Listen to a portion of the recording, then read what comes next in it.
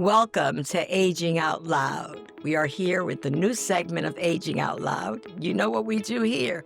We celebrate aging. We say it out loud without limitations. Today, I have the pleasure of having a leader who has spent his entire career strengthening civic life in New York City, Darren Bloch.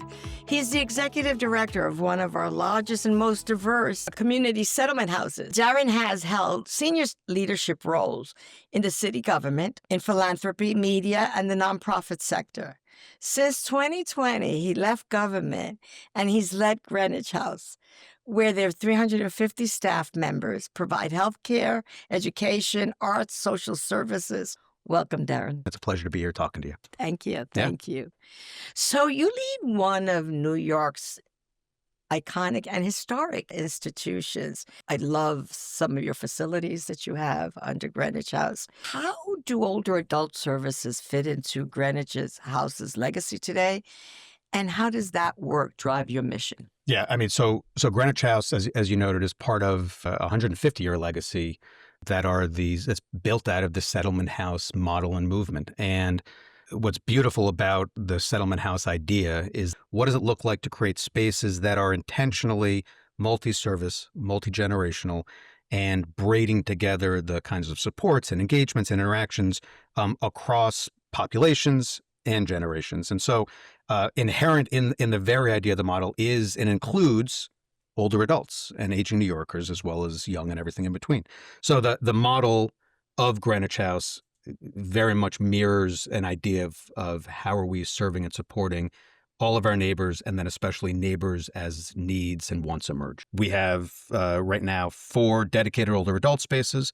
We have a focused workforce space. And so programmatically, those are the most direct services serving older adults. But on our health and mental health space, we also have contracts doing geriatric mental health. Across all of our programs, we should be thinking about how older adults are needing and taking advantage of all of our services. And obviously that's something we're getting better at, but something that maybe has been lacking in the past. You have a wonderful opportunity that you bring your government and city service experience and you bring it to a nonprofit. What are some of the lessons that you learned in government that benefit you in a nonprofit? Supports and needs of older adults was rarely part of the conversation. It was rarely something that was elevated as a priority, as a focus, as a need. And so one of the lessons, actually, when we talk about advocacy and how we're trying to reshape focus and attention, it's the reality that too frequently our largest growing, fastest growing population, and oddly enough, a population that is also the most consistent in terms of voting and participation. So you'd think that there is a lot of time and attention given on the political side, but when it comes to funding and government services, it is one of the lessons I brought to this work is that all too often older adults haven't been in the conversation. That was a profound lesson as I came to Greenwich House, and for the first time in my career had responsibility over older adult spaces and really needed to figure these pieces out. So that's I think one lesson that really carries. And government teaches you how to do that or the time in government, if you're doing it well. Right. It teaches you how to focus on things that you think are going to have highest impact, hopefully in the least expensive, quickest way. And then how do you bring those ideas to fruition? And that's all about movement of ideas. I think the other lesson and asset, and sometimes I think this is thought of like in an untoward way, but how important relationships are. But the value and the need for that was a lesson I came out of, that I pulled out of time in government and that I brought to this work. So those are a couple odds and ends. What I always say is that it's the same people and we're just playing musical chairs. Yeah.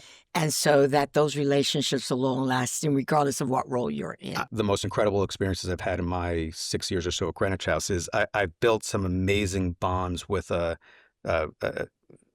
colleagues from all over. The asset that I bring from my time in government is not just the knowledge of how things move, but the relationships that we built, hopefully in authentic ways. And I have a 30-year Rolodex of people I've worked with in 100 different ways, and I bring that to this work every day, and it's useful every day. Because you've been on the inside, and you know exactly why we do what we do. government, that is, why government is doing what it's doing. And so that you can say, this is how you do it, but this is also how you can advance it. Yeah. But the coin of the realm that I recall is, how much attention are you getting and building, hopefully positive attention, around the things you're doing? How much movement and drive is coming behind the ideas that I'm advancing? Recently is we are seeing some amazing leaders coming out of city government, state government, and coming into positions leading these community service frontline organizations, which really are the eyes and ears, arms and legs of city government. That's how we've sort of structured things over the last 3 or 4 decades.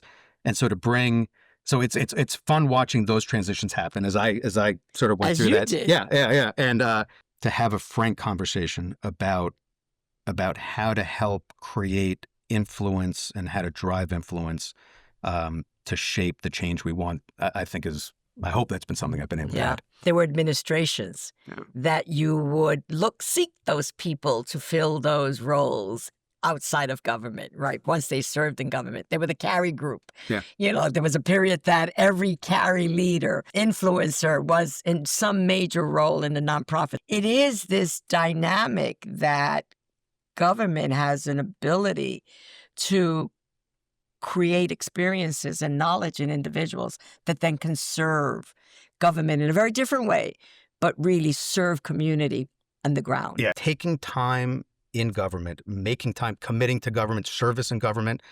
First of all, it'll be incredibly rewarding in terms of what you're getting. And it's not easy. It is not easy work. It inhibits our ability to innovate and to grow and to do that.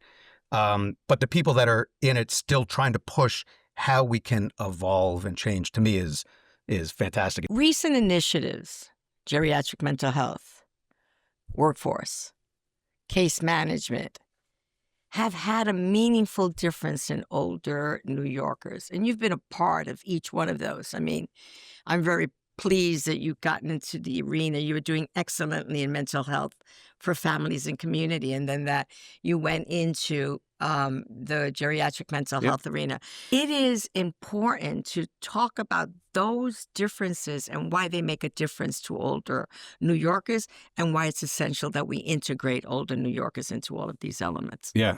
So I think starting off, the value of doing population-specific supports, catering to and understanding the unique needs that different communities and populations have, is essential to us really maximizing our outcomes. So the city has a profound network of mental health services that are out there, but New York City Aging, working with Department of Health and others, being able to build specific geriatric mental health initiatives is super important if we're trying to really reach all the populations that we know have needs. So if 1 in 6 New Yorkers is 60 and over or so, if 1 in 4 New Yorkers is dealing with a mental health episode or crisis at any given time, the overlap of those populations is pretty profound. We've got 2,000 registered members for our 4 older adult spaces.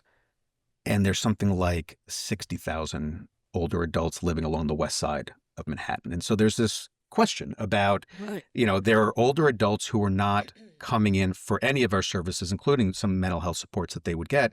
And so we're constantly asking, we've been part of these conversations for years now about, are they not buying what we're selling, or do they not know what we're selling? And so I think what we're learning is not just how do you set up that service at Older Adult Center, but how do we use that now as a jumping off point to others in that neighborhood? That's the question that we all have. Are they not buying our services? Are we not in the right locations? Mm-hmm. We know 2 things. Aging is not a monolithic. Yeah. You have the 60 to 102 now. And there's 4 cohorts. So my question to you is, how are you handling, because you do it well, by the way, so I want you to share it. Yeah. How do you handle serving those 4 cohorts? I come back to what you said. It's not a monolith. It's understanding that you're going to see different needs among this enormous population that spans.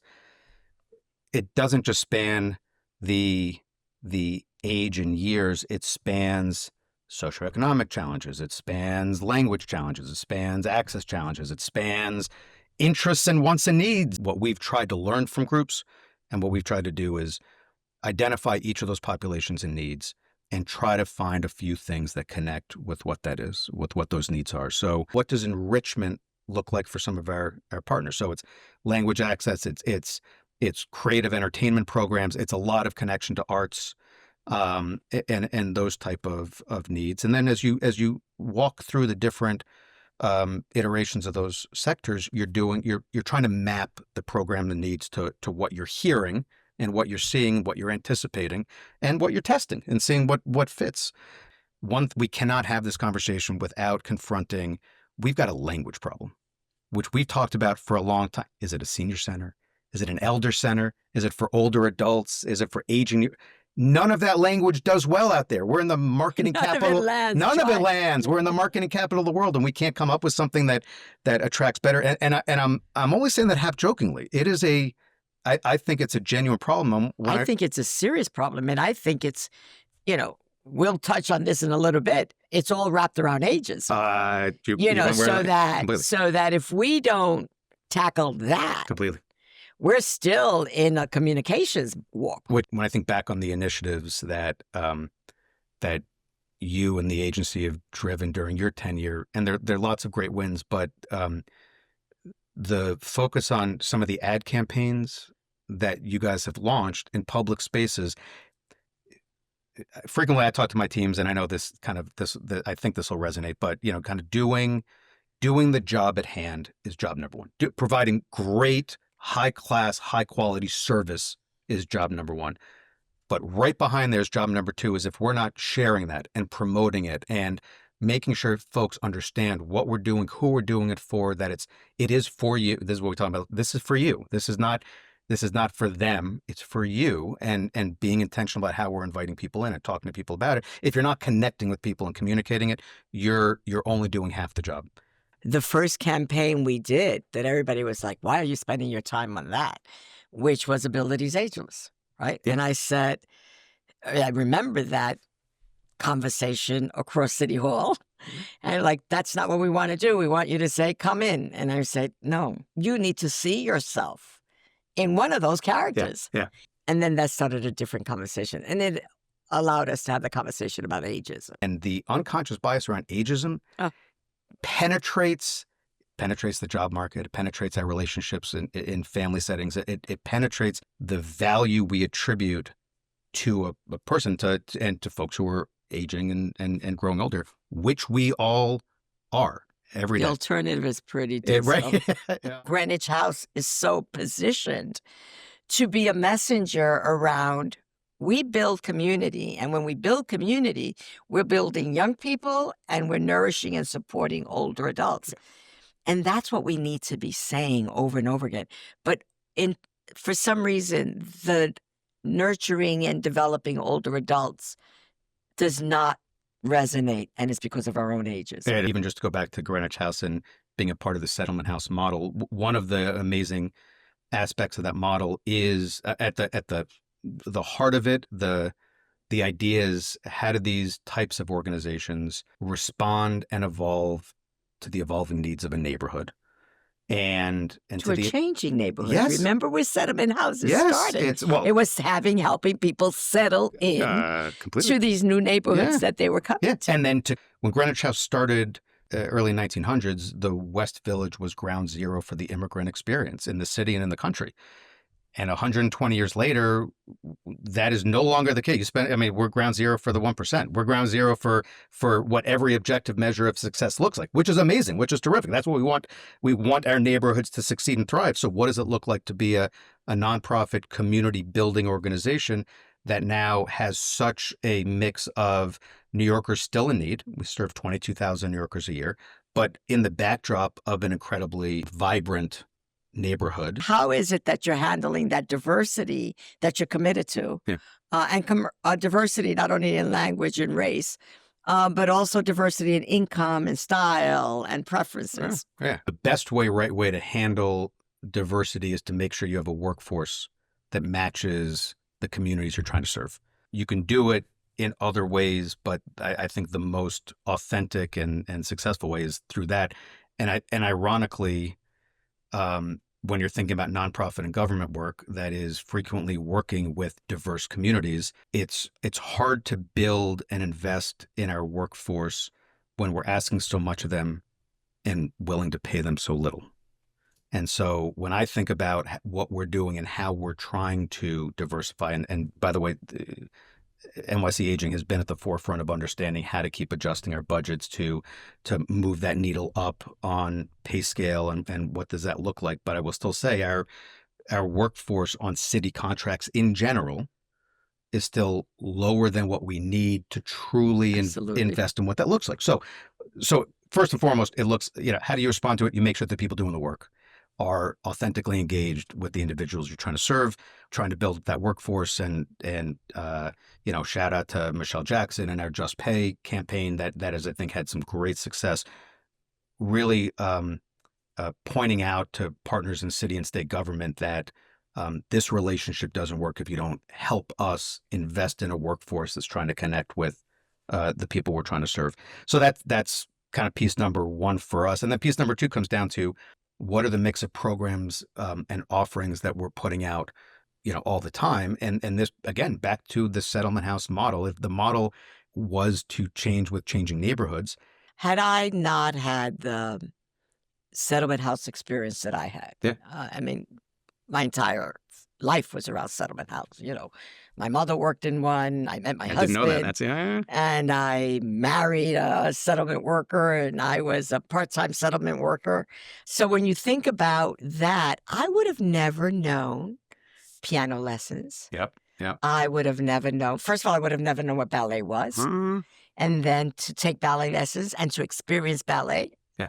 That was not the experience of an East Harlem. No, I love the call to enrichment because you're preaching the settlement house model better than I am, and that the idea isn't just to respond to the most basic human needs. It is that if arts and enrichment is not brought alongside of that, you're selling someone short. You're not creating a truly fulfilling life in all sorts of ways. And then, by the way, what you see individuals do when they're exposed to do ballet? Were you? Well, I balleted. Yeah, okay. But I love the ballet. That's exposure. And that was it. Exposure, I would have never appreciated ballet. No, completely. And the power of exposure and access and opportunity is everything. And so, again, for places that are built specifically to foster and create that interplay, is profound. And we've been able to use that at our older adult centers to bring in all sorts of, so our pottery is brought into our older adult spaces. Our music school, world-class music school, brought into our older adult spaces. We talked about mental health and health, brought into our older adult spaces. So I remember when we used to have a prima ballerina who used to teach us at Union Settlement. And when she realized, they were brilliant. When she realized, these are not the bodies that are going to make it in ballet. So she started introducing other types of dance. Get a little tap in there. But it was sort of we never knew it. But if you look back and you said the genius of this woman. Yeah. We talked a little bit about the campaign that we've done and the campaigns that we're doing. One of the other things I'm really proud of that we've done together as a community. And you've talked about it for your own personal enrichment, that you've got your own personal collegial board of directors, right? And so your brain trust that you go to. We try to do something like that in government by creating the cabinet and bringing the different agencies who don't think about aging as their prime time business, but at the same time saying you have an impact. And how is it that we can bridge gaps and also address needs? We were very fortunate early on. We knew if you don't pay people well now, you're just going to have an older adult impoverished. So which is why we did the salary studies, right? So let's look at those things. And we continue that work. What would be some of the advice that you, from the outside now looking in, would say, what are some of those next steps for that kind of cabinet? And what else should we be codifying? Yeah. So I'll start with the fact that I think creating those type of cabinets is the only model that really helps to bring system change about, because government has so many disparate groups that are influencing populations, exactly like you just described. So there isn't a city agency that isn't going to have an impact on the population you and your team are most focused on, older adults. So if we're not elevating and prioritizing how they're thinking about it and specific ways that they should be changing what they're doing in order to think about the population you and we think a lot about, we're missing the mark. So even the creation of that space to have that conversation, I thought was terrific. And as two partners, long time in government, we've both been on our fair share of working groups and task forces and stuff like this. And we can roll our eyes at what they do and don't get. And frequently they're not really producing much. But when you have the city hall mayor imprimatur on that type of action, and we saw it during when de Blasio focused on the launch of pre-K. Coordination and shared focused action is terrific to push something across the finish line to meet a deadline or deliverable. We started with a small cohort teaching ageism in a small district in Brooklyn, and now we have it in every middle school. There you go. And we started with police officers thinking about older adult needs. Now we have a liaison in every precinct. And it's that kind of systemic change that it's required of each and every one of us. The one area where I think you're doing some amazing work and that we need to go in deeper is workforce issues for older adults. If you're thinking about all of the financial insecurities that we're facing now and that we will continue to face if some of these plans go through, tell me what made you get into that arena and how is it that we're going to make that a conversation for all? Yeah. So I came to Greenwich House having spent 6 years really focused like a laser on some of those elements and working with some amazingly smart people who are really advancing some great policies on that front. And when I landed at Greenwich House, part of Greenwich House's legacy was 120 years ago, workforce training was something we were providing in the form of our now pottery school was a craft studio and learning space for masonry work. Decades before I landed at Greenwich House, that the workforce element to that had kind of pulled back and this idea around enrichment had taken form, and terrific. Now our pottery school is world-class and has an amazing reach and some really, really pioneering creativity. Us and our team were seeing these stats popping up around how older adults were staying in the workforce longer. The older adult new network approach that you all took gave us an ability to kind of plant a flag and say, let's use one of our older adult spaces to focus on what workforce training, economic mobility, skills development looked like. And that was the launch of our Lifelong Skills and Opportunity Center at Greenwich House. Yeah. I can't applaud you enough for that. We've really aged out loud here. And but before we conclude, there's always two questions I like to ask individuals. And you cannot say the Lower East Side. If you were to choose in a community that's like a community that you would like to grow old in New York, what would it be? I mean, I grew up Upper East. I was down Lower East Side for a bunch of years when we first connected, and now I'm in Park Slope, Gowanus, Brooklyn. I went to Brooklyn kicking and streaming. I'm a convert. I get it. It's amazing. I probably say where I am right now in Brooklyn, but having come back to Manhattan in this role, there's still something about the energy that you get from every community, from northern Manhattan down to the tip. Funny you should say that, because my dream is like, I'm going to go back to East Harlem. Yeah, I mean, I just hope I can afford it by the time I choose to go back. No, we won't be able to, but that's where we'd want to be. I mean, What gives you hope? The hope is that I know that more people are out there who are good and who want to do good, and that drives me. That energizes me. Thank you, Darren, for being with us. Yeah. And thank you for aging out loud with us. Oh, of course. Anytime. I'm your host, Lorraine Cortés-Vázquez. Until next time, keep aging out loud.